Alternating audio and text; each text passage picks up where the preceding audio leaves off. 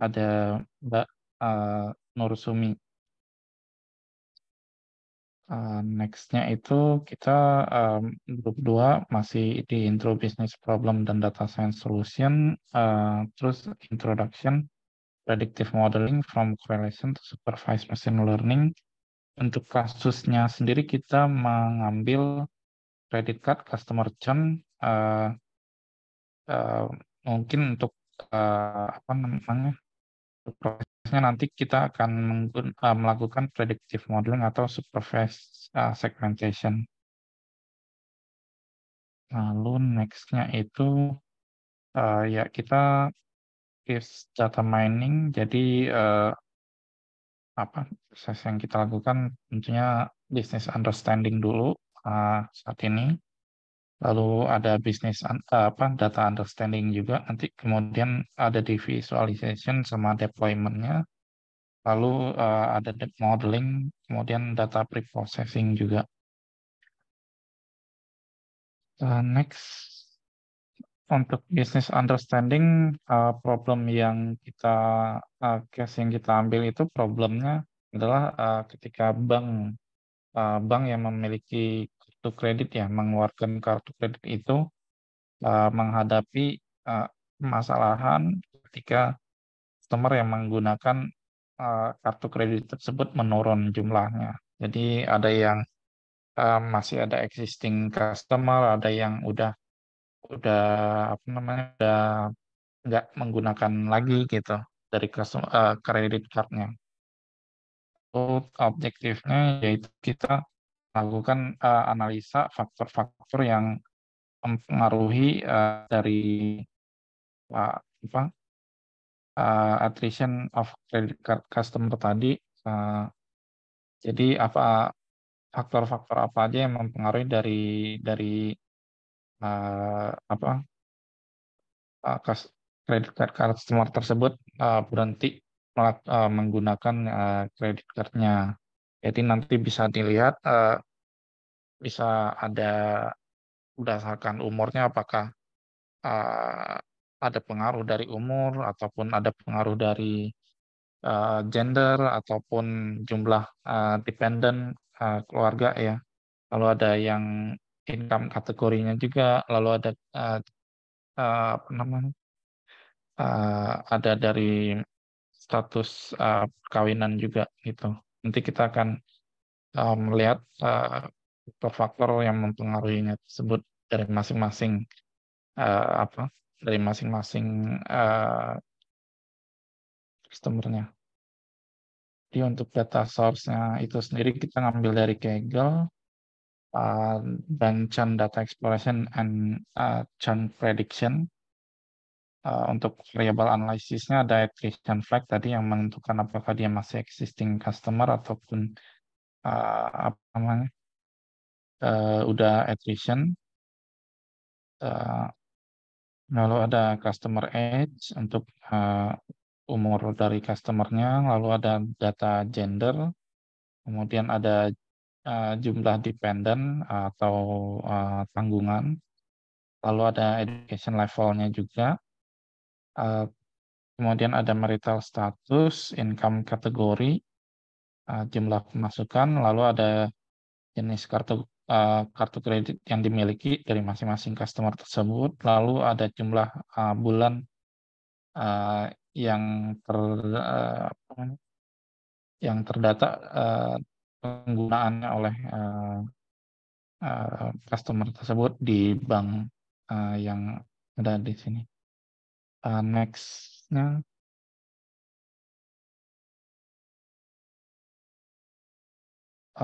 next-nya itu ada data understanding.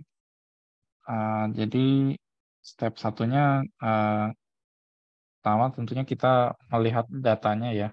Datanya itu kita mendapatkan di Kaggle sekitar 10.127 data kredit card mengenai attrition ini.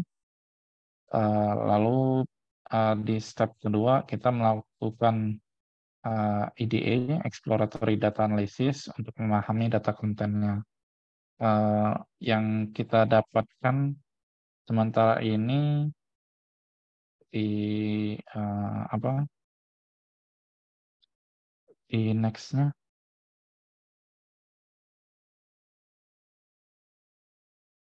Ya, jadi kita udah mendapatkan datanya. Jadi ini data dari Kaggle.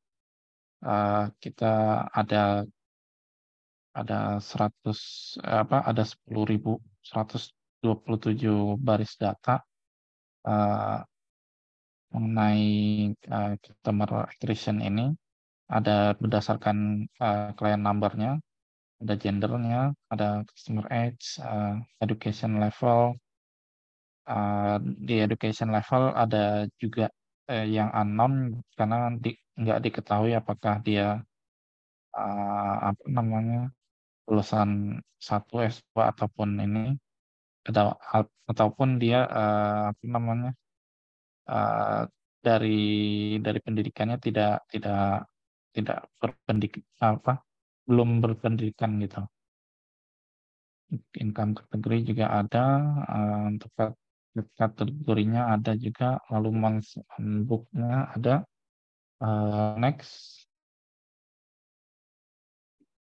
kita melakukan exploratory data analysis dulu ya. Jadi kita melihat menggunakan histogram jumlah customer age-nya itu. Jadi ada seperti yang terlihat di gambar ini, untuk kebanyakan customer itu ada di umur 40 tahun sampai 50 tahun. Ini hasil Power BI ya? Iya Pak, kita pakai Power BI. Bisa di show aja langsung. Jadi bisa interaktif kalau misalnya. Pakai Power BI ya?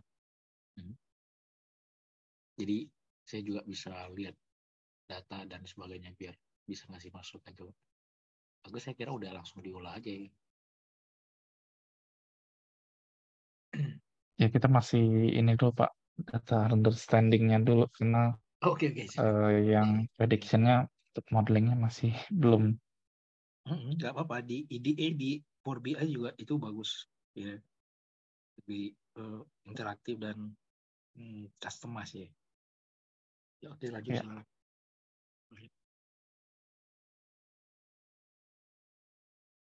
Bisa di show Mas Yusron?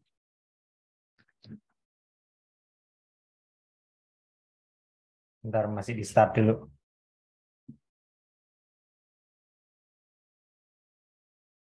Laptop saya buka banyak ini nggak kuat kan ini.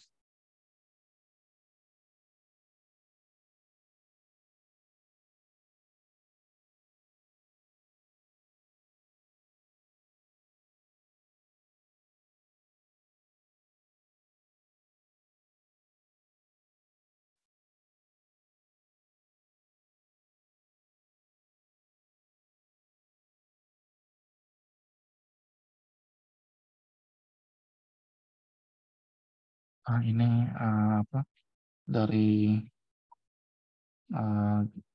exploratory data analisisnya kita. Jadi ini bisa terlihat dari customer age-nya ya, kita kemarin bikin visualisasinya. Jadi bisa terlihat di tertinggi itu di umur 44 ya itu Mas Yusron ya. Bisa diklik di yang paling tertinggi ya. Atau bisa ditampilkan labelnya. Kalau ada labelnya, data label tuh. Cukup bagus ya. Ya, jadi ada sekitar 500 customer yang umurnya itu 44 dan itu yang terbanyak. Bahkan ada juga yang customer yang umurnya udah 70 namun masih tetap. Tapi bisa jadi data Itu yang variabel lain umur gimana? 70 Selain usia, mungkin bisa dicek juga ya. dari variabel yang Selain ini secara ya, distribusinya yang paling berpengaruh mungkin nanti terhadap dia churn gitu ya. Berarti bisa dari iya. tingkat income dan sebagainya kali. Ya, coba yang income aja Mas Yusron. Nah,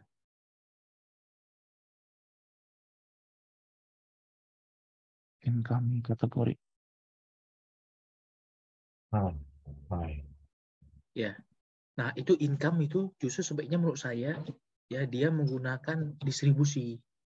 Nah, gitu. Nggak apa-apa ini kalau ini kan agregasi ya. Pakai yang Ya, distribusi. Kita mau lihat tuh persebarannya gimana. Karena kan dia nanti churn apa enggak salah satunya karena kemampuan bayar sama nilai yang dia persepsikan gitu kan. Kemampuan bayar lebih ya. mudah dapatnya dari income. Tinggal persepsinya ini nanti itu macam-macam faktornya agak kualitatif. Itu di copy aja yang customer age tadi variabel nanti langsung diganti. Yang kan udah ada tuh distribusi Oke. normal yang itu copy paste. Yang kiri atas yang udah ada image-nya itu Ctrl C. Ctrl Control C. baru tarik ke bawah. Jangan di-select yang lain pasnya. Ya, baru ditarik ke bawah. Kemudian variabelnya diganti. Itu kan Variabel. ya. Nah, itu diganti dengan income itu. Ya. Oh, dia kategori ya. Kita berarti butuh yang itu tuh. Apa jangan lihat kategori. Butuh yang numerical. Misalnya total amount deh. Total amount itu yang dia total amount change atau apa namanya? Credit limit ya dan sebagainya itu. Karena itu income tuh kategori Ada, ternyata. Itu ya. misalnya. Ya, kita mau lihat aja distribusinya gimana tuh. Coba tuh. Oke. Pak yang ini ya? Ya itu. Ya, pilih salah satu kan dia. Nah, terus satu lagi diubah ya. Nah, itu ya, kelihatannya distribusinya ya. Dia agak skew ke kanan ya. Nah, itu bagus loh, informasi kayak gitu. Buat deskriptif status itu awal ya. Berarti nanti ini tujuannya buat prediksi ya, yang mana churn apa enggak gitu ya. Itu kan Iya. kelihatan tuh. Ya. Kalau dari datanya sih kita ada dapat yang masih existing customer sama yang udah attrition Pak, udah berhenti Ah, gitu. Nah, ya itu nanti dicek juga jumlah proporsinya berapa yang churn sama yang stay. Itu berapa persen? Oh, ini Uh, pakai ini. belum ini sih Pak. Oke, that's fine. Nggak apa-apa, ini saya bagus saya kira. Oke, lanjutin. Ini saya buat ngasih ini aja gambaran ke depan. Oke, silakan lanjut lagi penjelasannya mungkin. Tapi bagus Ya, saya kira udah mulai dicoba pakai Power BI atau pakai tadi analytics yang lain atau nanti ya ujung-ujung nanti karena semua pakai prediction nanti kita menggunakan coding ujung-ujungnya. Tapi awal-awal kan kita bertahap ya. Oke. ya Pak.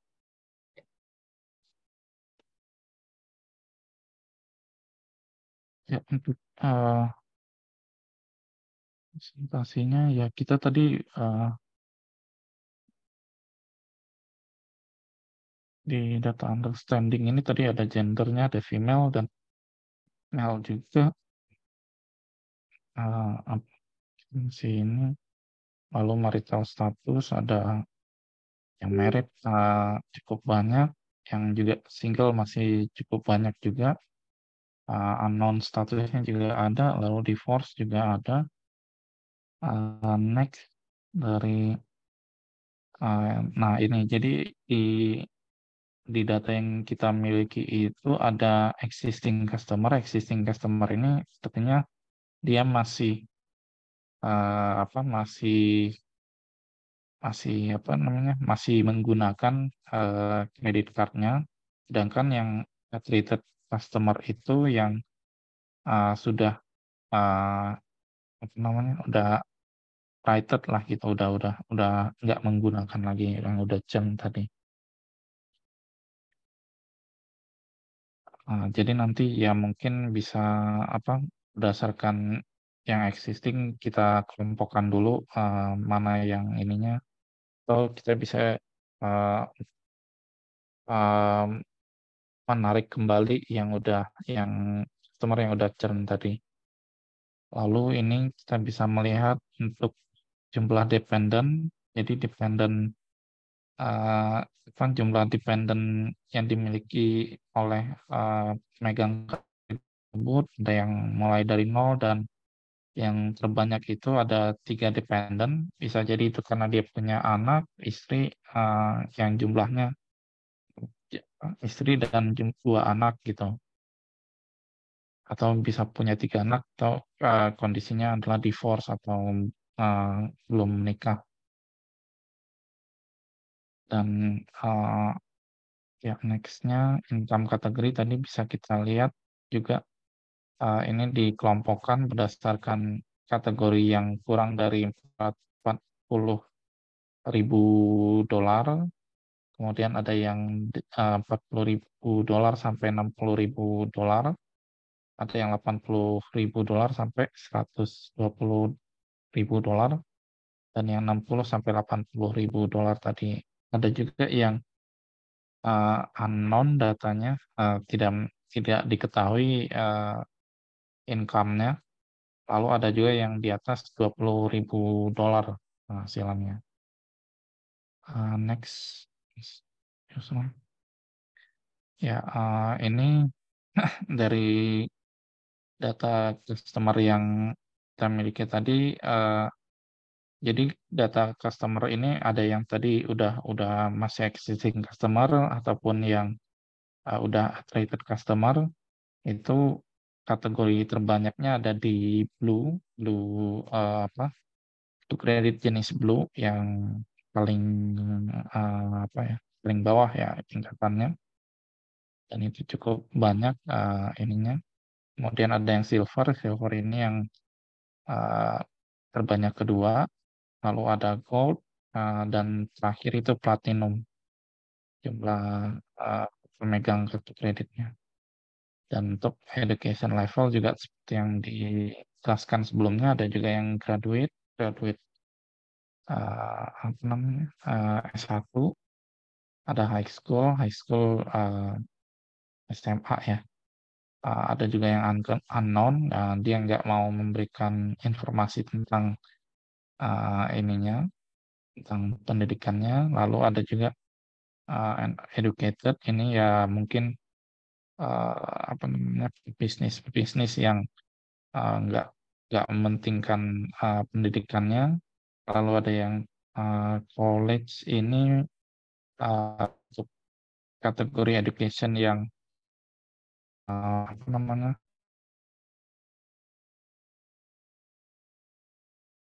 graduate ini yang master atau S2, lalu doctorate yang terakhir.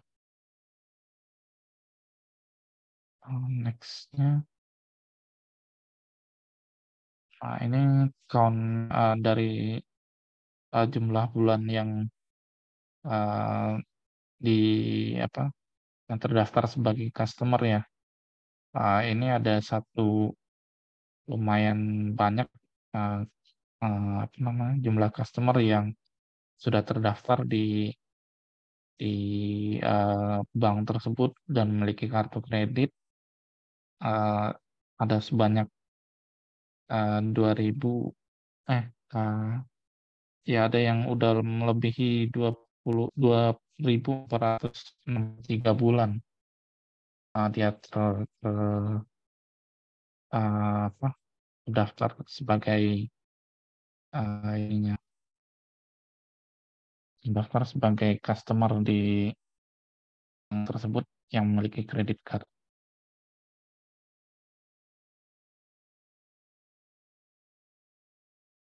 Untuk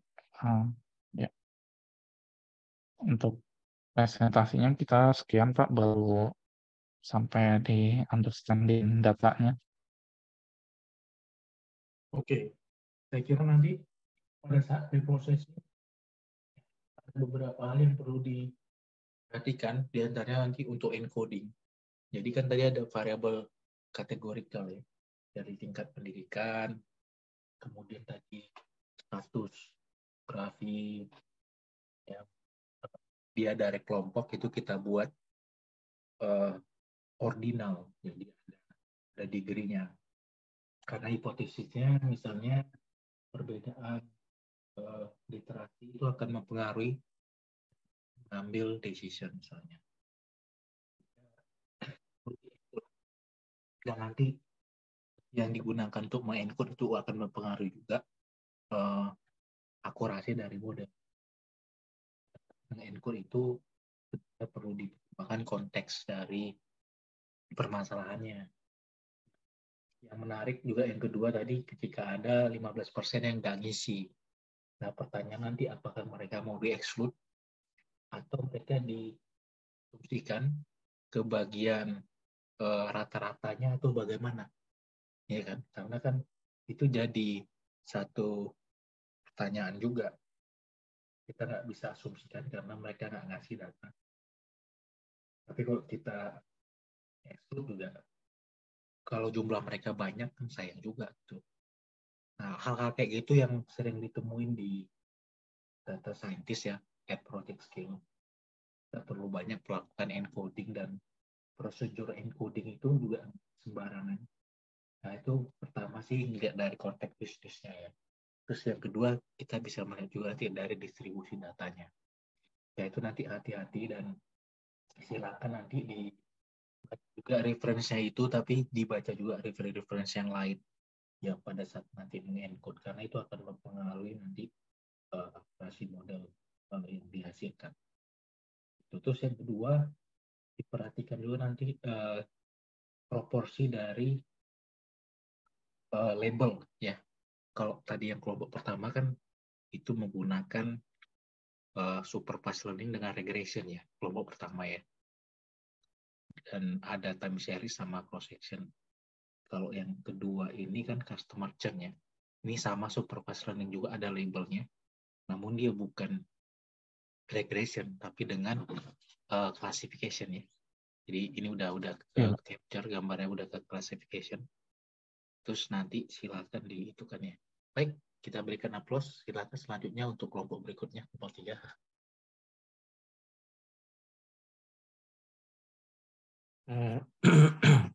Terima kasih, Pak. Ya. Ya. Oke, terima kasih. Sudah muncul ya Pak ya? Ya, baik. Kami dari kelompok 3 terdiri dari Mas Kausar Meluza, kemudian saya sendiri Umar Jati, kemudian yang ketiga adalah Mbak Bella Melia Chandra, yang keempat adalah Mas Reviandi Ramadan ya. Di sini kami akan memaparkan terkait dengan teori terlebih dahulu ya teman-teman ya, dari CRISDM kemudian baru ke studi kasus. Baik, yang pertama adalah CRISDM itu merupakan standar proses untuk data mining, di mana ini merupakan open standard yang menggambarkan pendekatan umum untuk para ahli data mining ya. Jadi menurut survei tahun 2014 dibandingkan dengan tahun 2007, ini ada peningkatan sekitar 1%, di mana penggunaan CRISDM ini merupakan yang paling banyak digunakan ya, di paling well known ya, dibandingkan dengan metode yang lain. Di sini terlihat sekitar 43% penggunaan metode CRISDM dibandingkan dengan metode-metode yang lain. Kemudian CRISDM ini memiliki 6 tahap yang harus kita lakukan. Yang pertama adalah business understanding. Di sini kita harus memahami ya proses bisnis dari data tersebut atau perusahaan yang mengeluarkan data tersebut ya. Aktiviti yang akan kita lakukan yang pertama adalah determine business objective, kemudian assess situation, kemudian determine data mining goals, dan produce project plan. Itu yang pertama ya, yaitu business understanding. Kemudian yang kedua adalah data understanding, di mana kita akan melakukan pengumpulan data ya. Jadi kita harus memahami data-data apa saja yang akan kita teliti, kemudian mendeskripsikan data, kemudian melakukan ekspor data, kemudian melakukan verifikasi data quality. Dan ketiga adalah data preparation ya. Ini kita akan melakukan pemilihan data ya, kemudian melakukan cleansing data, jadi data-data yang tidak konsisten maupun data outlier harus kita keluarkan. Kemudian yang berikutnya adalah melakukan construct data, kemudian integrate data dan juga format data. Ini misalnya format data ini misalnya kita akan melakukan pemilihan data jenis pegawai ya, misalnya laki-laki atau perempuan, kan ada yang menggunakan kode ya, misalnya 1 laki-laki 2 perempuan, atau menggunakan huruf ya, misalnya P pria, kemudian wanita W gitu ya, seperti itu. Jadi harus kita lakukan format data. Yang keempat adalah melakukan modeling ya, yaitu kita akan melakukan pemilihan teknik apa yang akan kita gunakan untuk modeling. Kemudian melakukan generate based design, kemudian membuat modelnya, dan melakukan assessment. Dan berikutnya yang kelima adalah melakukan evaluasi.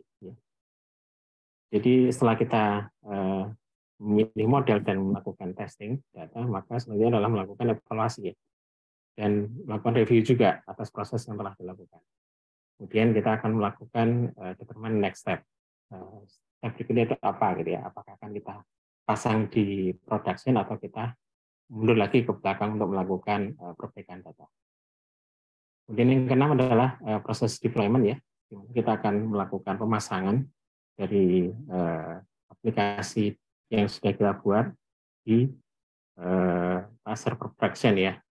Jadi bisa kita pasang di aplikasi web maupun aplikasi desktop maupun aplikasi mobile gitu ya. Jadi ini adalah proses tahap deployment.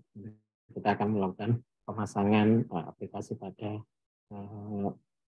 objek yang akan kita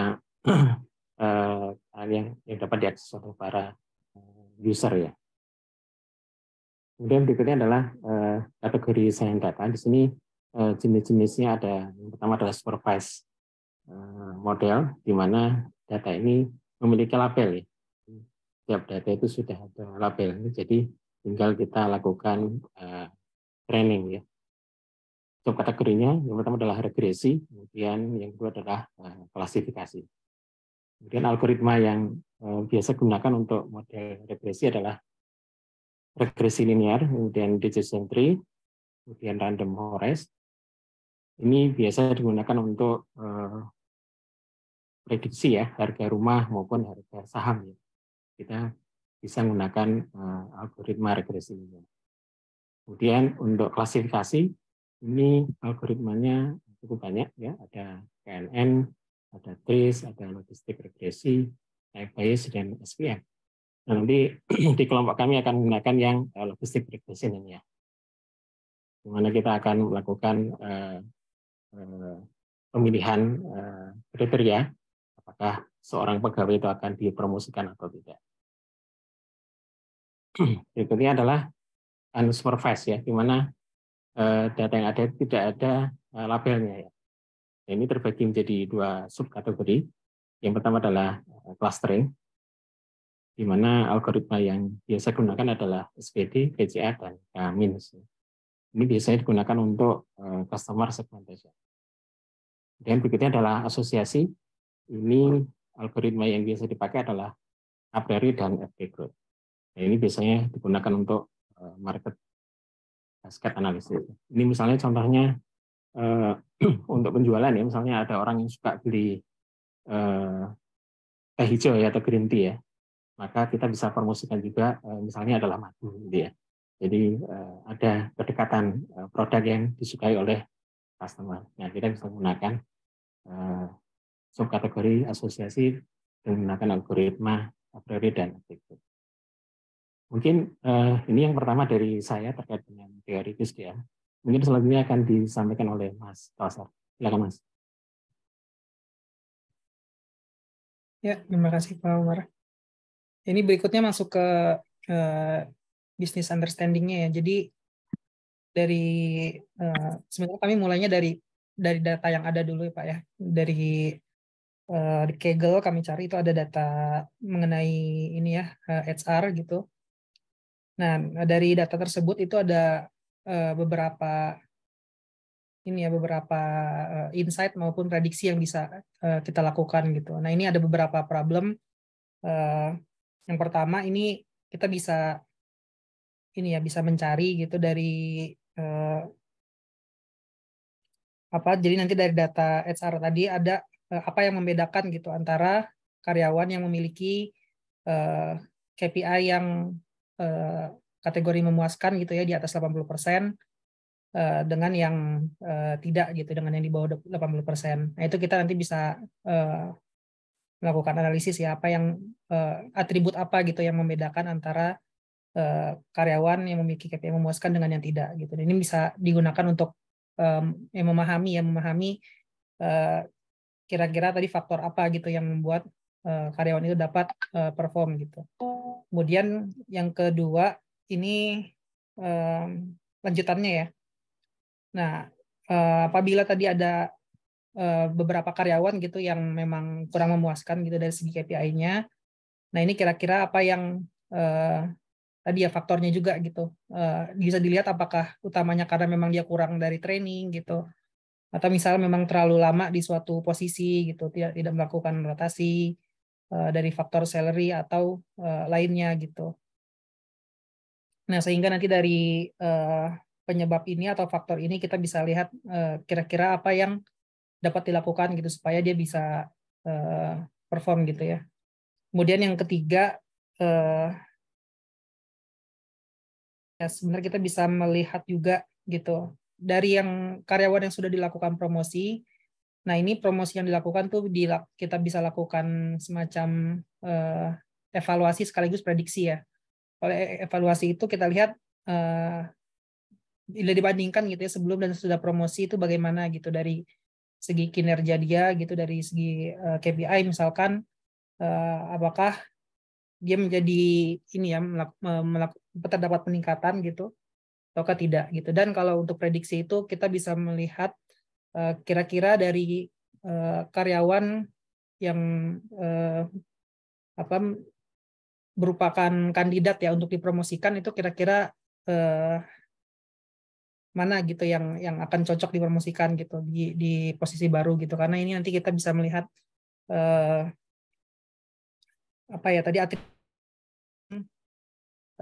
bisa menentukan gitu apakah ini orang tersebut itu bisa cocok gitu dipromosikan. Itu beberapa ini sih ya yang dapat insight yang bisa kita ambil gitu dari data yang ada. Nah, ini mungkin untuk membatasi kita batasi dulu ke, mungkin nanti minta masukan juga dari Pak Hari ya gitu. Kami batasi ke yang pertanyaan nomor 3 dulu Pak gitu. Jadi lebih ke ini ya, evaluasi apakah keputusan untuk mempromosikan itu yang lalu ya sudah justify gitu atau tidak berdasarkan kriteria tertentu, dan nanti ke depannya bagaimana gitu untuk menentukan kira-kira mana kandidat yang cocok gitu untuk dipromosikan. Mungkin seperti itu. Selanjutnya mungkin bisa dilanjutkan oleh Mas Revi atau Mbak Bella.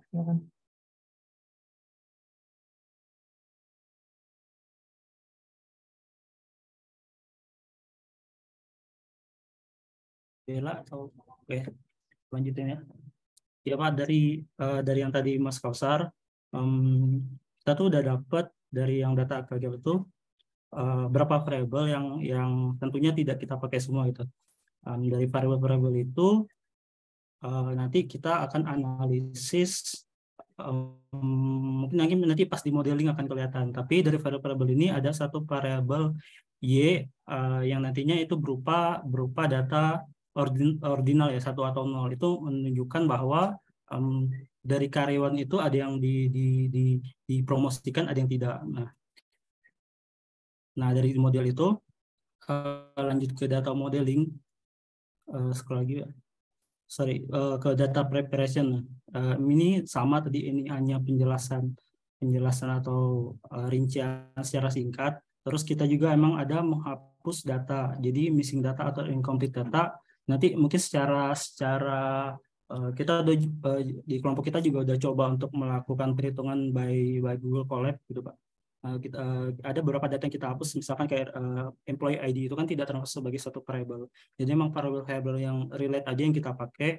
Yang kemudian yang tadi karena ini asumsinya, karena datanya tadi kan biasanya untuk regresi itu di sini kita menggunakan regresi yang non-linear. Jadi bukan linear, sehingga nanti variabel Y-nya sebagai dependennya itu bentuknya 1 atau 0. Nanti penjelasannya itu ada di modeling. Scroll lagi. Ya, tadi dengan asumsi modeling tadi karena datanya non parametrik, dengan asumsi yang bahwa variabel Y-nya itu berupa ordinal, maka yang digunakan adalah logistic regression. Jadi dengan beberapa variabel, ada 11 ya masalah. 11, 12. Ya, ada 12 variabel. Nanti endingnya tuh kita ingin tahu kan bagian XR itu udah ngasih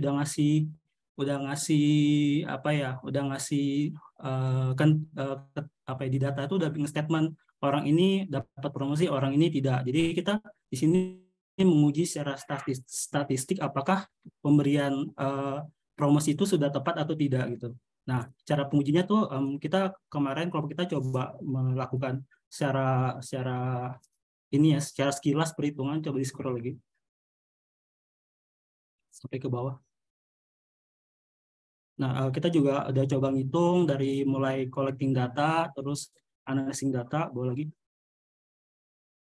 Kita mengelompokkan mana yang secara data variabelnya itu berapa orang yang dipromosikan dan tidak, terus mengklasifikasikan data, terus bawa lagi. Sampai nggak salah di sini kita juga coba mengeliminasi kayak tadi data yang kosong, yang value-nya kosong, sama data yang kemarin tuh data yang tadi kayak ID pekerja itu kita nggak masukin. Terus habis ke bawah, intinya lanjut lagi endingnya sih Pak. Jadi kita secara kasarnya kita coba hitung kemarin tuh, kita tahu nih bahwa akurasinya di bawah lagi, ada tulisan akurasi. Ini juga udah ditransport datanya dari yang bentuknya kata-kata ke angka. Bawa lagi. Nah, bawa lagi sampai ini aja, sampai yang ada akurasi sebesar. Nah, ini. Jadi bahwa akurasinya itu sebesar 90% atau 89,6%. Artinya itu kalau bahwa pengklasifikasian untuk si orang itu dikasih promosi dan tidak dikasih promosi itu akurasi untuk datanya itu dikatakan 90% kita bulatkan.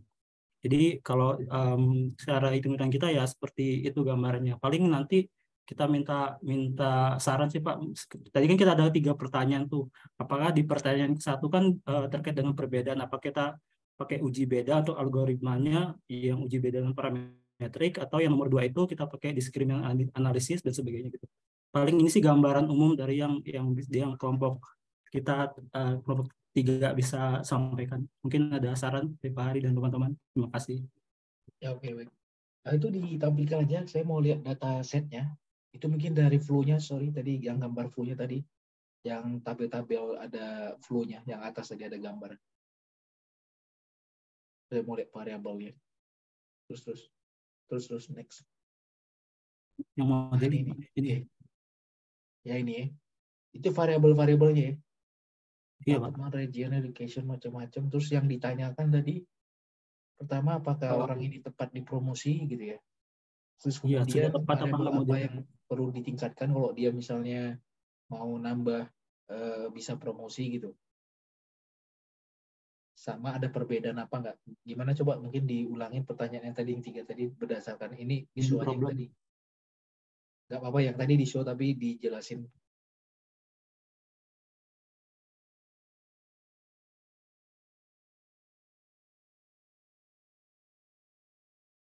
Di ke bawah tadi ya, yang gambar tadi.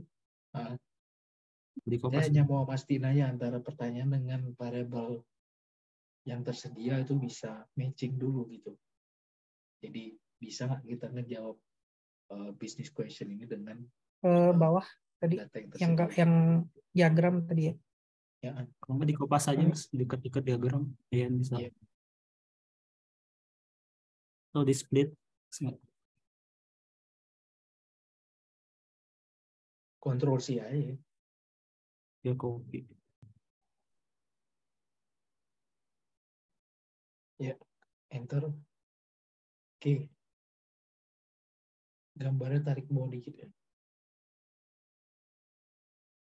Berarti pertama itu mau ngelihat ada beda nggak kalau misalnya performance yang di bawah sama di atas 80% gitu ya. KPI-nya ya. Oke, nggak apa-apa gitu aja, nggak apa-apa. Udah nggak apa-apa.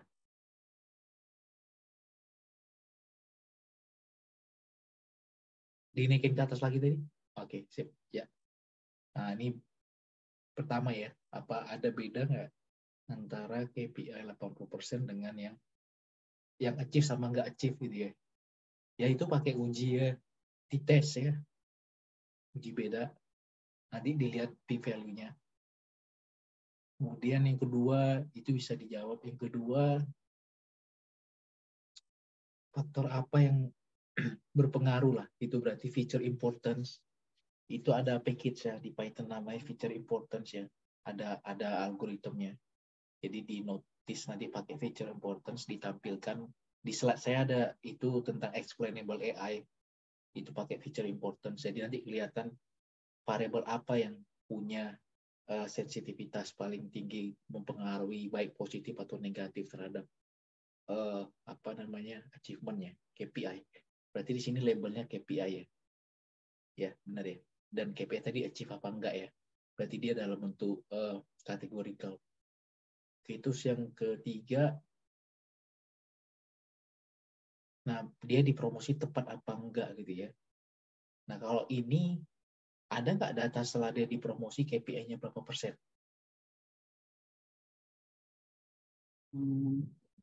Jadi datanya cuma ini sih Pak, kayak variabelnya apa aja, tetapi di Y-nya itu atau di outputnya itu langsung ke orang ini, jabatan ini, gender ini, dia 0 adalah tidak promosi, kategori 1 adalah promosi. Makanya tadi kita tujuan dari yang ketiga itu yang pakai algoritma yang logistik, yang regresi logistik gitu, untuk menentukan apakah tepat gitu untuk Promosi apa dari nggak promosi gitu. Iya. Nah, itu nanti mengatakan tepat promosi apa nggak promosi berarti dari number atau dari kategori. Y-nya itu berarti number ya. Nah, numbernya itu dihitung berdasarkan buat yang trainingnya itu berarti udah ada dong nilai misalnya produktivitas sebelumnya gitu ada ya. Y itu sekarang apa kalau yang dalaman itu? Dia dipromosi apa nggak promosi dari historical gitu ya. Oh, dia promosi apa nggak promosi berdasarkan data X yang di sebelah kiri gitu.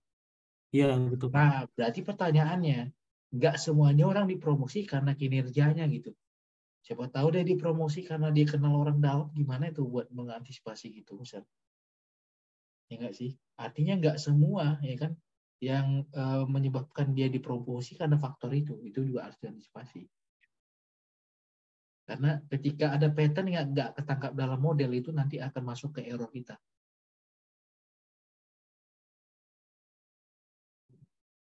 Jadi nanti Itu algoritmanya itu gimana ya Pak?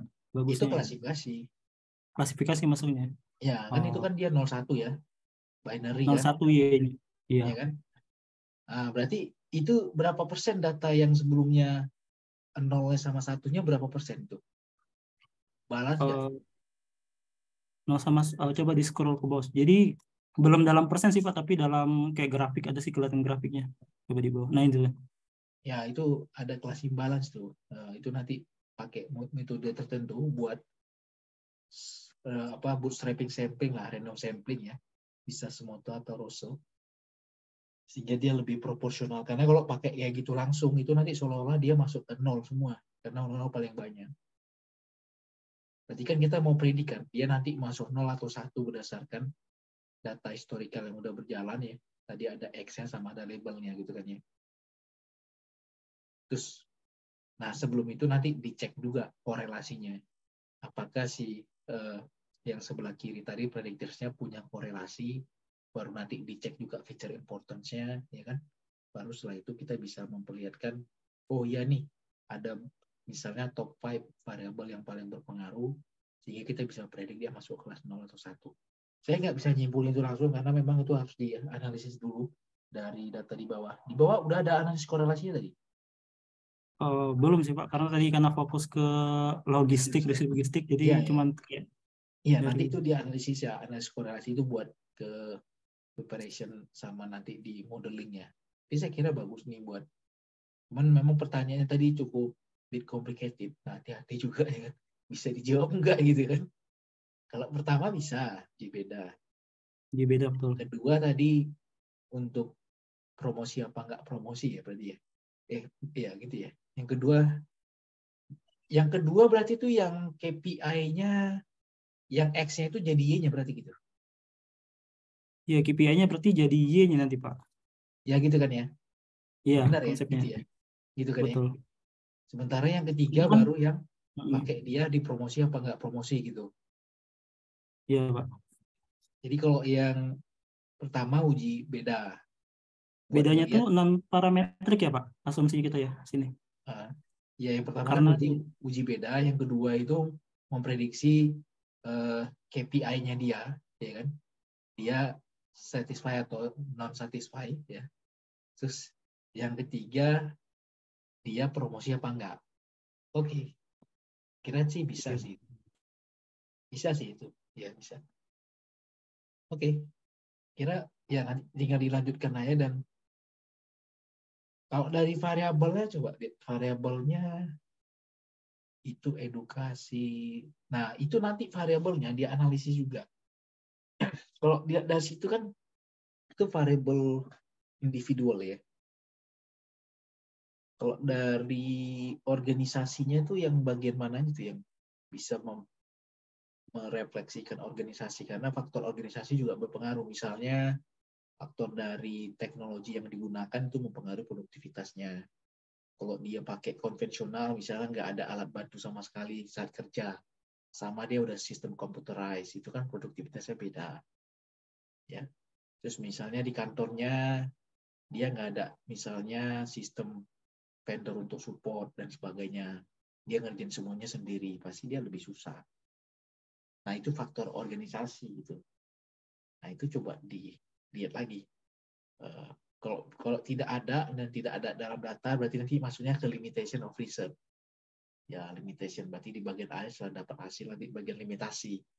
Artinya ini lebih banyak faktor-faktor individu terkait dengan demografinya ya. Paling di situ faktor organisasinya dari sisi rekrutmen aja tuh, rekrutmen channel. Itu juga ada tuh, itu bisa dielaborasi. Number of training ya, nah itu proxy dari faktor organisasi lah itu. Terkait dengan seberapa intens organisasi bisa memfasilitasi untuk mereka bisa ningkatin produktivitas. Terus tenor ya, length of service ada. Training itu, average training ke bawah tuh, average training apa tuh? Sedikit pindah ke bawah. Scroll ke bawah. Average training score ya. Paling itu. Tapi dari misalnya budaya perusahaan nggak ada, teknologi yang digunakan nggak ada. Terus misalnya, ya itu sih. Tapi dari sisi pengembangan channel rekrutmen itu dia ada. Paling itu aja proxy dari, proxy-nya proxy dari HR aja itu. Buat people development-nya. Tapi terkait dengan tugas yang dijalankan, ya task feature-nya nggak ada, task-nya nggak ada. Karena kan orang bisa jadi pekerjaannya berbeda-beda, meskipun di perusahaan yang sama. Baik itu secara jumlah, kemudian bobotnya, ya kan, itu bisa jadi berbeda dan menyebabkan nanti ada orang yang lebih santai, ada yang kerja keras banget, belum tentu yang kerja keras banget produktif, yang santai juga belum tentu nggak produktif gitu. Berarti itu ada faktor dari task features, ya termasuk juga faktor dari organizational features. Jadi misalnya dia santai malah produktif, kenapa? Karena dia intens menggunakan teknologi, budayanya juga udah budaya bagus gitu. Jadi pekerjaannya udah sistemnya tuh kayak autopilot gitu. Makanya orang santai belum tentu dia nggak produktif. Meskipun ada juga orang santai nggak produktif juga gitu. Nah itu. Jadi analisis kayak gini kita perlu banget. Jadi gabungin antara statistical thinking ya. Tadi misalnya tahu uji beda, pasti pakai analisis variatif test, discriminant analysis macam-macam. Itu statistical thinking. Ya kan? Computational thinking, oh kalau datanya jenis ini, ngolahnya kayak gini. Terus nanti pilih algoritmnya tadi supervised learning, pakai classification, itu computational. Nah sekarang business thinkingnya, business thinking kita harus tahu kan, dari X ini mana yang proxy dari individual, ya, terus organisasional ya, termasuk dari task.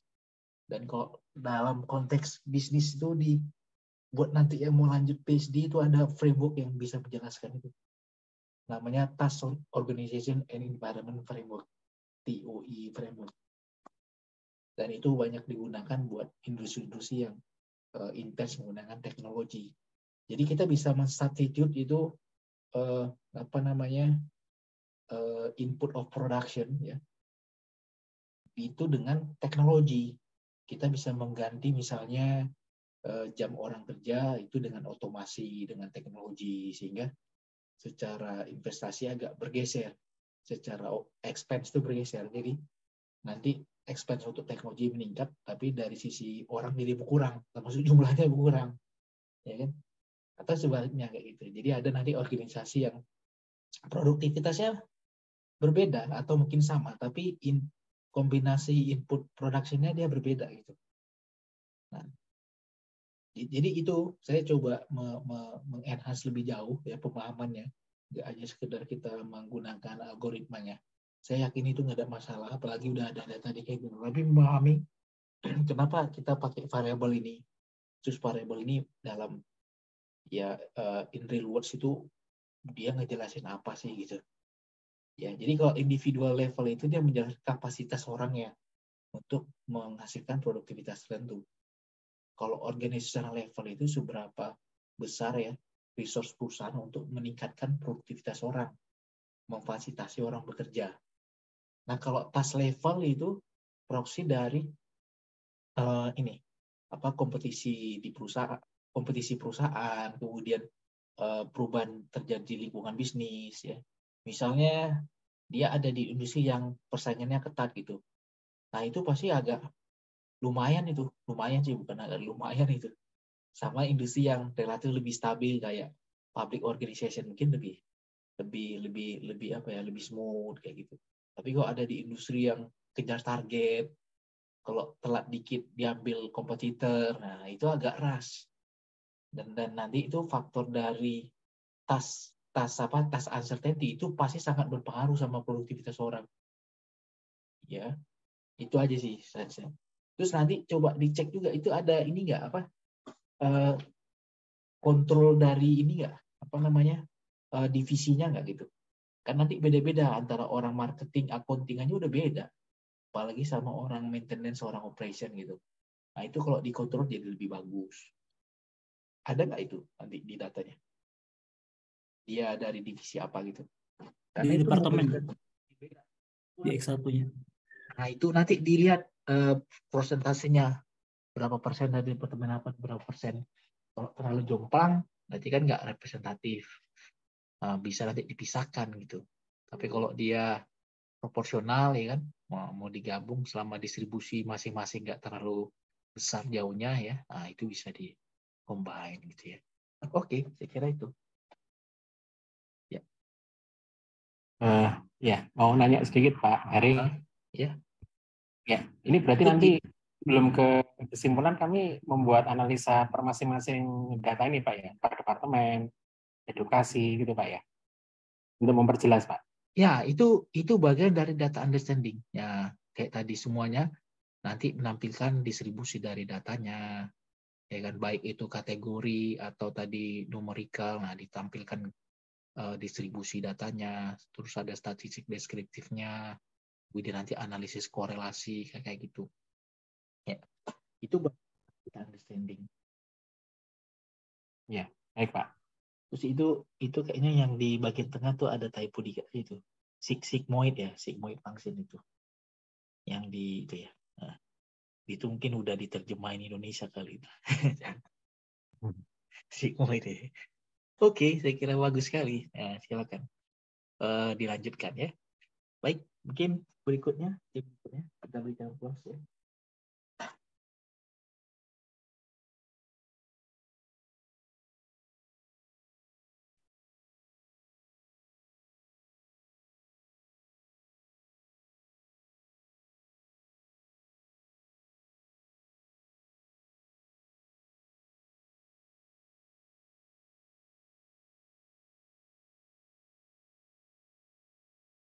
Izin share screen, Pak.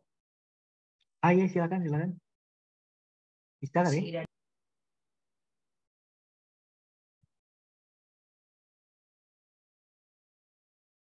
Bisa langsung share screen? Silakan. Sudah terlihat, Pak? Sudah. Oke, Pak. Mungkin kalau dari kelompok kami langsung aja, Pak. Karena kalau untuk apa tadi teknik dan analisisnya sebenarnya sama dengan beberapa kelompok lainnya untuk di awal. Jadi kita sebenarnya kalau dari kelompok kami kita mengambil case study atau business understanding-nya itu dari data yang sudah ada, yang sebenarnya datanya sudah dilakukan penelitian sebelumnya, sudah dilakukan data analisis sebelumnya tentang influence dari alcohol behavior among student. Jadi case study-nya ini di 2 sekolah secondary school. Nah, di business understanding ini kita coba apakah kita bisa membuat modeling untuk predetermine untuk mengurangi resiko terhadap penggunaan alkohol di kalangan siswa.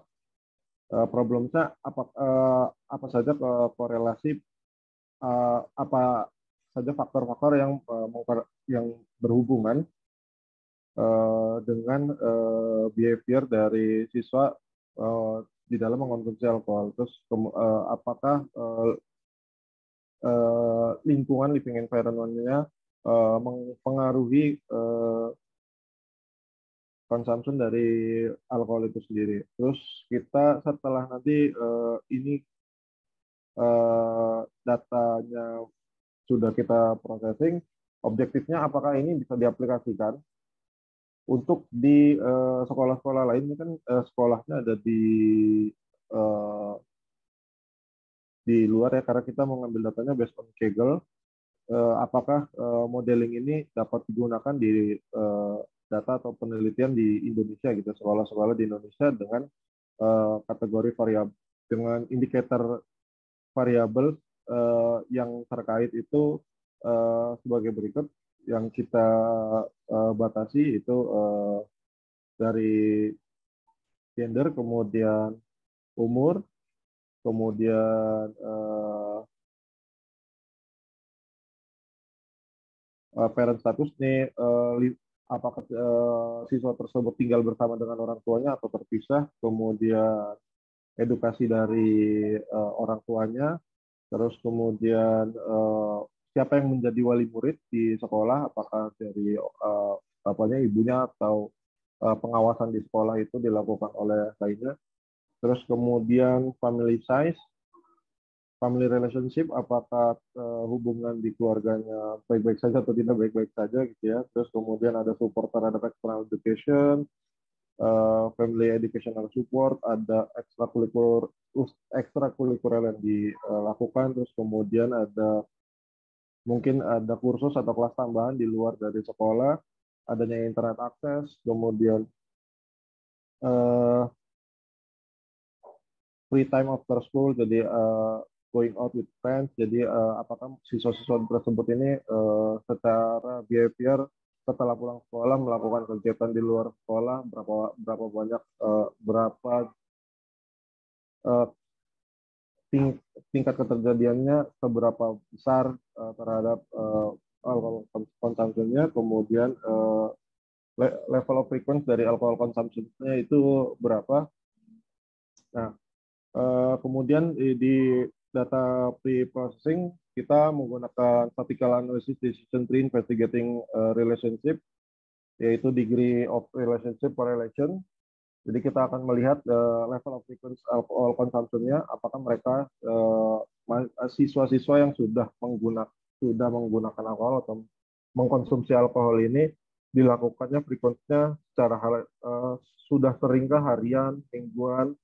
Karena kan sebenarnya kalau untuk penggunaan alkohol di kalangan siswa di Indonesia kan kita tidak menutup kemungkinan memang di beberapa penelitian yang sudah kita sempat kita baca itu memang sudah ada yang melakukan penelitiannya dan itu ada keterjadiannya, dan sebenarnya kalau untuk penelitian-penelitian yang sebelumnya itu hanya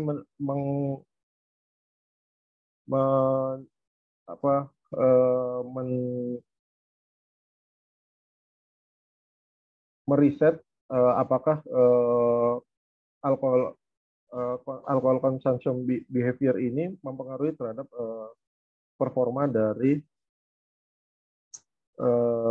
siswa tersebut. Apakah nanti siswanya akan mengulang, tidak naik kelas, dan lain sebagainya, Pak. Nah, kalau dari kita, apakah dari hasil penelitian-penelitian beberapa jurnal yang sudah kita ambil, termasuk yang untuk data sendiri kita ngambil dari Google, apakah ini kita bisa gunakan untuk di data science ini untuk membuat sebuah modeling jika variabel indikator yang kami sebut yang akan kita gunakan ini korelasinya signifikansinya itu signifikan, maka resiko terhadap siswa menggunakan alkohol ini tinggi gitu. Jadi kita bisa mengclustering siswa-siswa yang akan terindikasi untuk menggunakan sebagai pengguna alkohol di sekolah atau setelah sekolah gitu, Pak. Dan untuk datanya sebenarnya kita sudah dapat, tapi kita belum sempat untuk mengolahnya, Pak. Ini berikut datanya, Pak. Ini kita masih belum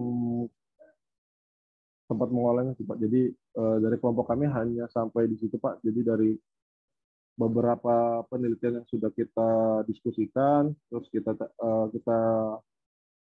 sarikan, data-data yang bisa kita ambil adalah data sebagai berikut.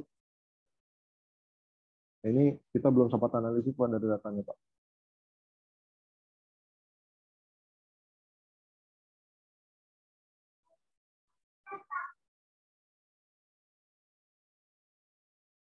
Oke, dari kelompok kami baru sampai situ sih, Pak. Iya, Pak, betul, Pak. Jadi belum kita baru untuk di datanya sendiri kita belum sempat kita. Tapi datanya sudah dapat ya dari link tadi ya? Berarti. Iya, Pak, betul, Pak. Iya. Kira kalau dari pertanyaan sih itu bisa dijawab, ya kan, dan nanti ini untuk nurunin, lihat tadi problem statementnya buat nurunin ini ya, konsumsi alkohol ya, berarti itu numerical ya, berarti pakai regresi ya berarti ya. Iya, Pak, regresi, Pak. Terus kemudian itu variabelnya apa aja nih buat menjelasnya? Kan tadi katanya apa namanya style ya, student style ya, living style atau iya, living style atau living itu apa aja ininya yang diukur predictorsnya apa ya? Kalau dari kita ini sih, Pak, dari yang ada di sini kita ada itu coba tadi family itu family relationship, very bad, excellence, terus kemudian ada family size-nya. Itu kategorikal banyak ya. Yang numerical itu berarti apa? Yang predictors numerical. Sebagian besar kategorikal, Pak. Untuk yang numerical, iya, betul, Pak. Okay. Karena kalau di kita kalau itu faktor dari apa, misalnya dia udah berapa lama kuliah, kemudian usia, kemudian misalnya apa lagi ya, tingkat pendapatan keluarga gitu-gitu nggak? Itu sebenarnya karena datanya keterbatasan data sih, Pak. Jadi untuk beberapa penelitian itu free time juga udah di kategori ya, bukan di ini ya? Iya, Pak, bukan numerical, Pak. Jadi hanya diukur kalau di beberapa dua atau tiga penelitian sebelumnya itu hanya diukur seberapa sering melakukan keluar free time after school-nya, terus seberapa sering going out with friends. Ya. Jadi kategorikal, sebagian besar kategorikal, Pak, gitu. Ya, jadi yang menjelaskan behavioral itu kan ada faktor dari individualnya, terus ada lingkungannya ya. Termasuk betul. Juga kesempatan ya kan, dia bisa dari sisi waktu sama dia punya uang apa enggak gitu, atau uang jajan dan sebagainya gitu kan. Nah, itu sebagian sudah ketangkap ya. Sebagian. Iya, Pak. Cuman yang itu pendapatan family nggak ada ya, si dia. Nah, itu yang belum, Pak. Betul, Pak. Itu yang belum, Pak. Oke, dan ya itu bisa dijawab sih saya kira. Nanti tinggal dicek aja akurasinya, dan nanti ya novelty-nya perlu di-highlight, artinya apa yang beda kita dengan si researcher sebelumnya nih yang punya data gitu. Nah, itu Iya. nanti yang akan di-challenge, nanti kita punya kontribusi gitu kan. Misalnya dia sebelumnya menggunakan regresinya pakai linear regression biasa, misalnya pakai yang biasa.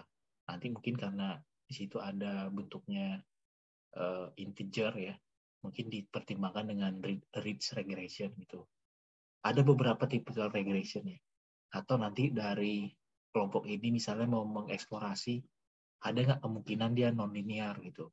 Misalnya menggunakan polinomial atau eksponensial, ya kan? Dan nanti argumentasi itu dibangun. Kenapa ada kecenderungan misalnya dia nonlinear konsumsi alkohol. Nonlinear itu kan boleh jadi pada titik tertentu dia melambat, pada saat melewati titik tertentu dia bisa tinggi konsumsinya gitu. Mungkin kayak gitu. Atau sebaliknya, kalau di awal dia bisa langsung tinggi, tapi to some extent setelah mencapai level tertentu malah dia pertambahannya melambat gitu. Itu kan berarti ada indikasi nonlinear gitu kan. Nah, kayak gitu. Saya itu akan menarik nanti untuk melihat. Karena ini kan barangnya nggak normal juga nih. Ya kan? Nah, gitu. Iya, Pak. Betul, Pak. Soalnya kemarin kalau kita cari data yang numerikal ya, Pak, kebanyakan datanya tidak apa ya, kita bisa bilang datanya data yang bukan data primer gitu, Pak.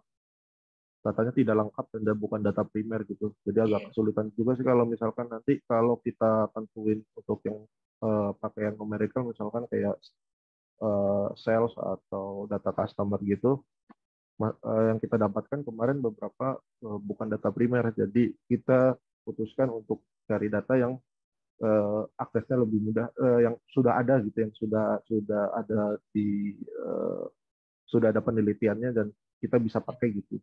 Kalau misalkan data yang non primer kan agak sulit untuk nanti dilakukan proses berikutnya gitu, Pak, kalau dari kelompok kita. Jadi nanti itu predictors-nya coba dikelompokkan dari mana faktor individual ya, kemudian faktor dari lingkungannya, termasuk lingkungan sekolah, apakah rumah tangga, dari keluarganya gitu. Karena nanti tujuannya ketika kita menemukan feature apa yang important, yang signifikan untuk menurunkan konsumsi alkohol, sehingga nanti itu call to action-nya akan berbeda.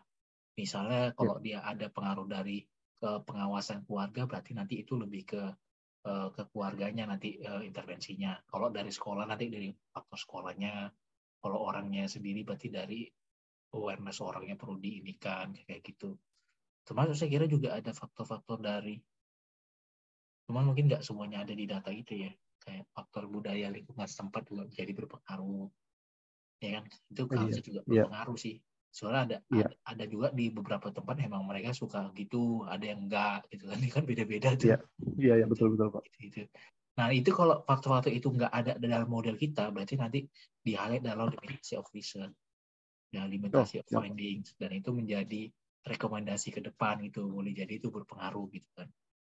Kayak gitu sih. Dan itu ketika dikelompokkan nanti bagusnya dapat hasilnya kita bisa menyesuaikan responnya nanti sesuai dengan kelompok-kelompok tadi, apakah dari individunya, keluarganya, sekolah dan sebagainya.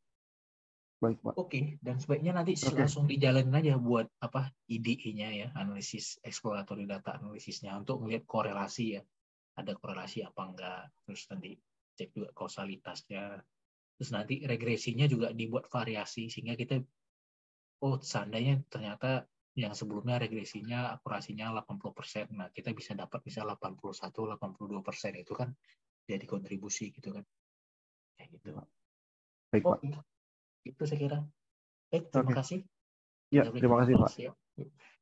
Ada satu grup lagi ya, masalah ya? Ada, Pak. Ada ya? Ini yang terakhir ya, grup terakhir ya? Atau ada 2? Grup 5 ini. Iya, kita total ada berapa? Sampai 6 ya? 6 kalau nggak salah. Oh, namanya. Oke, silakan.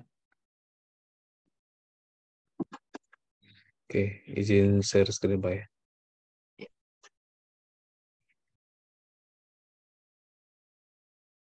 Saya sambil Izin Pak, ya, sorry, ya, saya sambil cuma ada ngisi. 5 grup Pak. Oh, ini terakhir ya. Saya berarti Iya. sambil Oh, ada ngisi 5 grup. absen ya. Oke, Oke. diselesain dulu Baik, aja deh. Ya, silakan. selamat malam Pak Hari, selamat malam teman-teman semua. Jadi kami dari kelompok 5, anggota kelompoknya Mas Adi, Mbak Aisyah, Mbak Akila, dan saya sendiri Anwarudin. Di sini kami akan coba untuk present mengenai tingkat pelanggan di perputaran pelanggan, data analisis untuk perputaran pelanggan di industri telekomunikasi. Jadi di dalam industri telekomunikasi itu perputaran konsumennya itu sangat tinggi, diantaranya itu karena lemahnya kualitas dari network jaringan telekomunikasi itu sendiri. 2, complicated billing process. Jadi terkadang billing prosesnya itu suka lebih perhitungannya suka lebih mahal. 3, inefficient customer service. Jadi pelayanannya yang bertele-tele. 4, mendapatkan offering yang lebih baik dari provider lain. Dan yang 5, hambatan yang sedikit untuk pindah dari satu provider ke provider yang lain. Oke, jadi dari situ kita melihat ini tingkat kehilangan pelanggan ini sangat tinggi di industri telekomunikasi dan cukup menarik untuk kita dijadikan bahan sebagai analisa data analisis untuk CRISP data mining.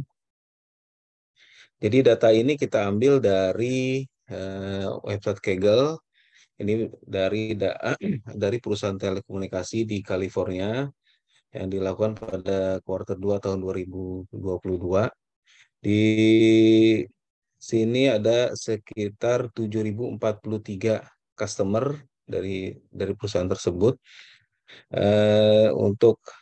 Jadi yang dicatat represent satu customer dan meliputi detail dari demografinya, lokasinya, jenis pelayanannya, terus juga apakah dia tetap menjadi pelanggan ataukah sudah tidak berlangganan lagi dan macam-macam ya.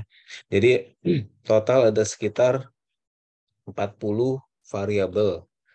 40 variabel yang ada di dataset ini. Di antaranya data customer ID. Ini jadi untuk identitas dari setiap customernya, terus juga ada gender, ada customer gender male atau female, ada age-nya juga, customer current age, ada merit, menikah atau belum, ada number dependents, jadi ada yang bergantung dengan customer yang bersangkutan, kotanya, zip code, latitude, longitude, number referral, tenure in months, offer, terus juga phone service, average monthly long distance charges, multiple lines, internet services, internet type, average monthly gigabyte download, online security, online backup, device protection plan, premium technical support, ada juga streaming TV, streaming movie, streaming music, unlimited data, kontrak, paperless billing, payment method, monthly charges, total refunds, total extra data charges, total long distance charges, total revenue, customer status, churn kategori, ini kategori dari alasan dari pelanggan ini tidak berlangganan lagi, berhenti berlangganan di provider ini. Nah, ini dan juga ada alasannya, reason kenapa si customer ini tidak berlangganan lagi. Terus zip code dan populasi. Kemudian berdasarkan business understanding dari CRIPS framework. Jadi ada three types. Jadi ada 3 tipe business understanding. Untuk dataset ini lebih refer kepada yang front end business. Jadi alasannya kenapa di company ini banyak kehilangan customer. Jadi perusahaan ini harus mengevaluasi marketing strategi dan customer relation-nya, di mana faktor-faktor tersebut untuk meretain customer di front end business section. Oke, untuk selanjutnya business outcome-nya. Jadi kita harapkan dapat memetakan yang customer yang unsubscribe dari internet service, subscription, internet type, average monthly download, dan payment system. Juga kita diharapkan dapat mengestimasi penurunan di penjualan karena berkurangnya customer yang berlangganan. Terus juga intervensi yang dapat customer unsubscribing from certain customer groups. Izin selanjutnya kita akan share untuk Power BI-nya, Pak. Ya, silakan.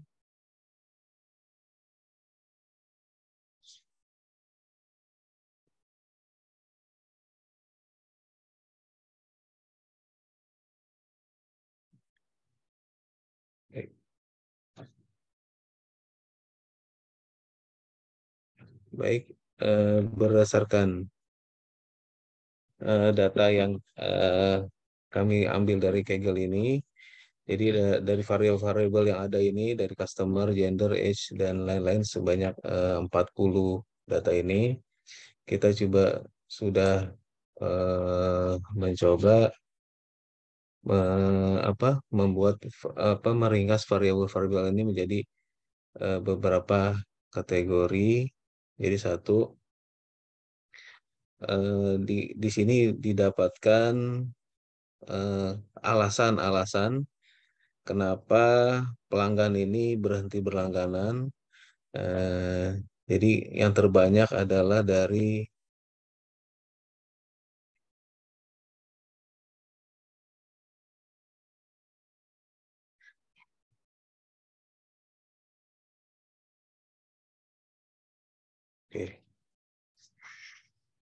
Oke, kalau kita lihat di sini, karena kenapa yang terbanyak pelanggan meninggalkan, tidak berlangganan lagi dengan provider ini karena adanya kompetitor. Jadi dari sisi ini kompetitor ini lebih offer data yang lebih baik. Kompetitor juga menawarkan download kecepatan yang lebih baik, terus juga device-nya juga lebih baik.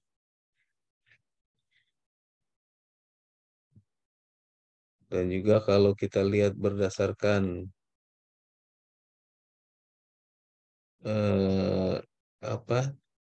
dari usia dari offer yang ditawarkan oleh perusahaan ini, memang ini tidak dijelaskan nih offernya nih offer berupa apa ya, tapi memang kalau kita lihat di sini rata-rata usianya yang terbesar nih yang diambil adalah offer Type C di rentang usia 48 tahun. Yang paling sedikit diambil ada offernya yang D.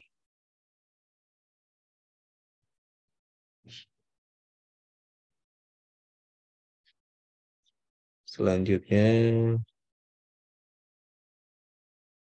oke. Jadi berdasarkan apa nih kompetitor yang memiliki, kenapa customer ini pergi tidak berlangganan lagi karena kompetitor memiliki device yang lebih baik ya sehubungan dengan streaming TV, streaming music, streaming movies dan internet service yang lebih baik. Jadi terbesar karena itu.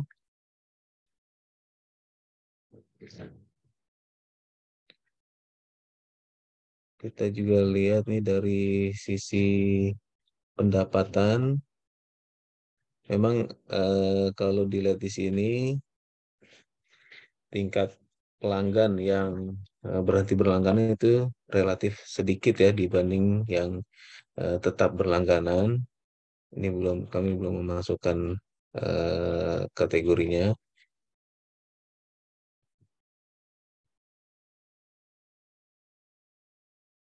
Selanjutnya adalah kategori dari usia yang yang berhenti berlangganan.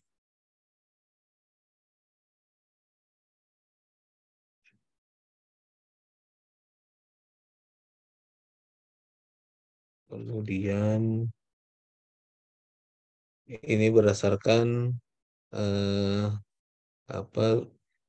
download gigabyte bulanan. Kalau dilihat di sini, jadi yang terbesar nih untuk karena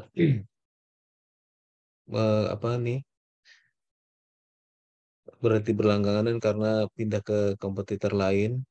Di sini kalau ini kan yang masih stay ya.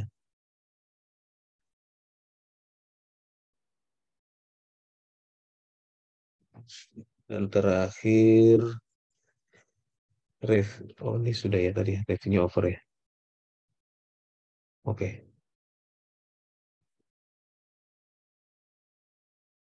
Jadi kira-kira seperti ini Pak yang sudah kita lakukan di Power BI. Mungkin teman-teman ada yang mau tambahkan, silakan.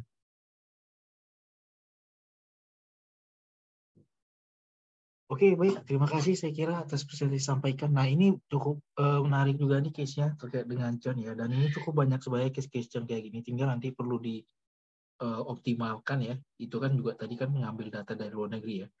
Kita coba nanti optimalkan dari model akurasi pertama. Bisa nggak ditingkatkan lagi ya. Atau kedua nanti cara mengolah datanya ya dari sisi pre-treatment-nya. Apakah nanti cara mentransform datanya, kemudian mengaddress missing value-nya, atau nanti mengencode variabelnya, itu yang akan berpengaruh juga nanti terhadap akurasi. Jadi nanti harapannya kita bisa memberikan kontribusi buat si penulis sebelumnya yang ngeriset ini gitu. Oh, dengan kita menggunakan model yang lain ya, kemudian tadi melakukan pre-treatment dengan cara berbeda, itu memberikan hasil yang lebih bagus gitu. Kalau untuk churn di telco saya kira itu memang kebanyakan karena aspek kompetisi.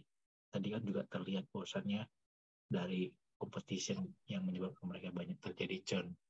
Makanya banyak perusahaan-perusahaan telco itu mereka melakukan strateginya itu adalah merger acquisition gitu. Karena pemainnya cukup banyak dan kompetisinya sangat terbuka gitu ya. Dan banyak yang menawarin itu paket-paket murah biar supaya orang pindah langganan. Dan modelnya kayak startup juga, bakar-bakar uang di awal biar supaya dia ngejarnya itu gross revenue-nya, jadi kayak value-nya yang dia kejar sampai nanti 3-4 tahun kemudian baru dia mulai naikin marginnya gitu. Jadi memang ada shifting paradigm di beberapa tahun belakangan ini. Orang mengatakan pertumbuhan bisnis itu dari pertumbuhan jumlah customer, bukan profitabilitas gitu. Meskipun belakangan karena terjadi capital outflow ya, dan venture capital berkurang, mereka udah susah bakar-bakar uang, akhirnya mau nggak mau mikirnya baru ke profitabilitas. Di industri telco saya kira tren-trennya agak-agak mengikuti, khususnya dalam mendapatkan customer, karena banyak sih yang nawar paket macam-macam gitu ya. Intinya biar supaya orang pindah gitu kan. Pindah. Sekian period baru dia nanti akan melakukan penyesuaian harga untuk naikin marginnya. Itu. Nah sekarang sebagai users atau konsultan kita perlu menganalisis pattern ini ya kan. Kira-kira dari data yang ada ketangkap nggak tuh orang churn gitu. Dan umumnya sih akurasinya cukup bagus ya, seingat saya ya. Dan ya datanya juga cukup lengkap. Apalagi industri telco kan semuanya udah digitasi ya. Variabelnya sangat banyak. Hingga biasanya paradoksnya ketika variabel sangat banyak boleh jadi nanti kita perlu melakukan dimensionality reduction karena sangat banyak atau at least nanti dilakukan dulu itu tadi ya analisis correlation sama melihat feature importance. Boleh jadi banyak tapi belum tentu semuanya memiliki kepake atau misalnya semuanya juga kepake tapi ternyata dia punya collinearity, itu juga berbahaya kan. Misalnya kita menggunakan yang mirip-mirip aja. Misalnya kayak di laporan keuangan lah, misalnya antara gross sales ya, misalnya dengan net sales itu kan, itu collinearity. Ya, dia kan perfect collinearity. Kita nggak boleh menggunakan variabel yang di-generate dari variabel predictor yang sama. Karena nanti itu memberikan bias di atas model kita. Jadi kita pilih satu. Misalnya dia ada revenue dari layanan basic, kemudian ditambah layanan tertentu ya, itu kita pisah boleh. Ya misalnya dia layanan hanya untuk paket nelpon sama paket pulsa. Kalau dipisah boleh dua-dua dipakai. Tapi kalau misalnya ada 3 ditambah total itu nggak bisa ya. Yang ketiga nggak boleh. Karena kan yang ketiga didapat 1 tambah 2 gitu ya. Baik ya. Hubungan.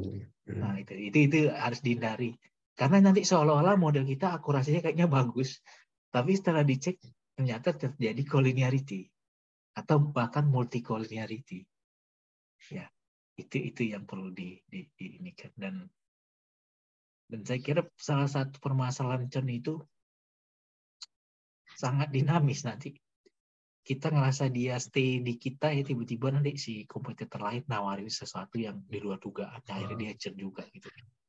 Artinya ada variabel baru yang nggak ada dalam model kita dan mempengaruhi decision dari customer kita gitu. Meskipun memang aspek-aspek internal perlu di-maintain kayak jaringan ya, kehandalan sebagainya itu juga perlu dipertahankan. Itu aja itu buat panduan sih, guidance biar supaya ke depan lancar untuk ngolah datanya. Dan saya kira secara keseluruhan sih berarti banyak model menggunakan semuanya yang saya lihat tadi ada 5 ya tadi supervised learning semua karena ada label. Ya, there's no any single groups ya, itu menggunakan unsupervised ya, tidak ada yang clustering. Sehingga nanti yang menjadi tolak ukur itu adalah akurasi dari model, yaitu harusnya kelihatan nanti baik regression maupun classification. Terus yang kedua dilihat juga nanti dari stagesnya ya, untuk mendapatkan akurasi itu dari pre-treatmentnya gimana, model selection-nya, feature importance, termasuk bisa menghindari terjadinya tadi bias di dalam pola data, misalnya multicollinearity, terus nanti ada aspek normality, ya kan? Misalnya tadi datanya kebanyakan yang kelasnya 0 gitu, hanya sedikit yang 1, itu kita perlu melakukan pre-treatment dulu sebelum langsung digunakan. Kalau langsung digunakan seolah-olah nanti dia tinggi 95%, tapi itu sebenarnya bias gitu. Nah ini juga nanti dicek ini berapa persentasenya yang antara churn sama enggak. Tadi itu sekitar hampir ini ya 1.800 dibanding 7.000 sekitar ini 1.807.000 ya. 40%. Oh iya 40%-an ya. Oke sih. Ya, biasanya indikasi yang itu kejadian di bawah 10%. Itu perlu ada treatment khusus. Ya, kalau di atas 10% sih relatif aman. Dan Bukan berarti kalau kejadian gitu nggak bagus. Itu akan menentukan cara ngolah data aja gitu. Oh, iya, iya.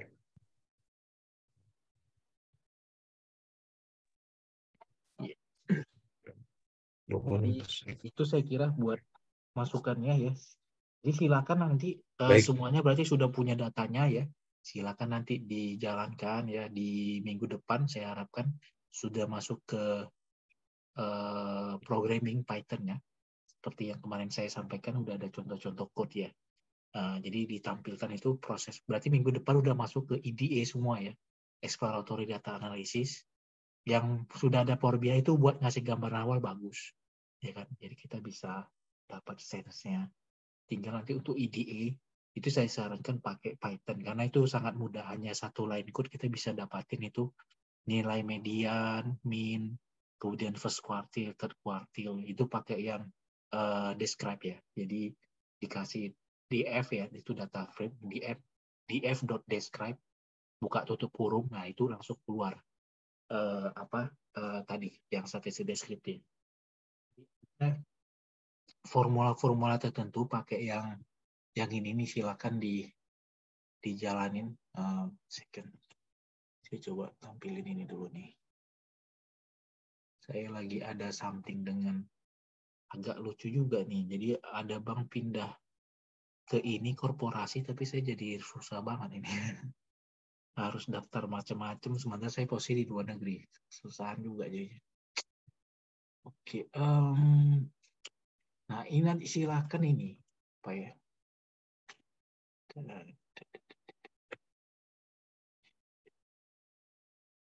Jadi silakan ya. Ketika datanya udah ada, ini di-install data prep dan sebagainya. Di YouTube juga ada petunjuknya. Pakai ini sangat mudah. Nanti dia hasilnya otomatis. Dia muncul kayak gini dan ini kita bisa tunjukin histogram yang kayak tadi. Ini juga ada interaktivitinya. Terus nah kita bisa lihatin ada QQ plotnya juga ada kelihatan. Quartile plotnya, box plotnya untuk distribusi juga kelihatan. Ya dan kita juga bisa menampilkan nanti yang bagian correlation ya, correlation heat map dan sebagainya itu ada di sini juga sehingga saya dia ada di ini tertentu ini karena datanya dia pakai yang ini dia correlation plot ya. Nah ini silakan, jadi lebih mudah buat kita analisis data. Di YouTube saya kira itu banyak pakai data prep. Ada juga pakai Fast AI ya, data prep Python. Ya, ini udah otomatis nanti kita bisa dapetin correlation-nya dan macam-macam ya. So, saya tampilin yang dalam untuk image saja.